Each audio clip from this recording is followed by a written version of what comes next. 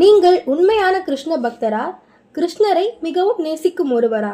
அதை தெரிஞ்சுக்கிறதுக்கு முன்னாடி இந்த வீடியோவை லைக் பண்ணிட்டு மறக்காம நம்ம சேனலை சப்ஸ்கிரைப் பண்ணிடுங்க. கிருஷ்ணரின் பிறந்த நாள் அன்று ஒரு மிகப்பெரிய கொண்டாட்டம் நடைபெறுகிறது.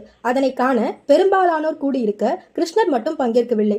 ருக்மணி கிருஷ்ணரிடம், எதனால் நீங்கள் பங்கேற்கவில்லை, என்னவாயிற்று உங்களுக்கு என்று கேட்க, அதற்கு கிருஷ்ணர், தலைவலியாக உள்ளது.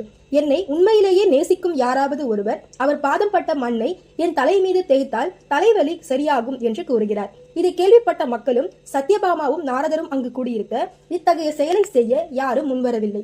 ருக்மணியும் பாமாவும் தங்கள் பாதம் பட்ட மண்ணை கிருஷ்ணரின் தலை மீது தேய்ப்பதா என ஒதுங்கிக் கொள்ள, கிருஷ்ணரை மிகவும் நேசிக்கும் நாரதரும் தன்னால் இயலாது என்று ஒதுங்குகிறார்.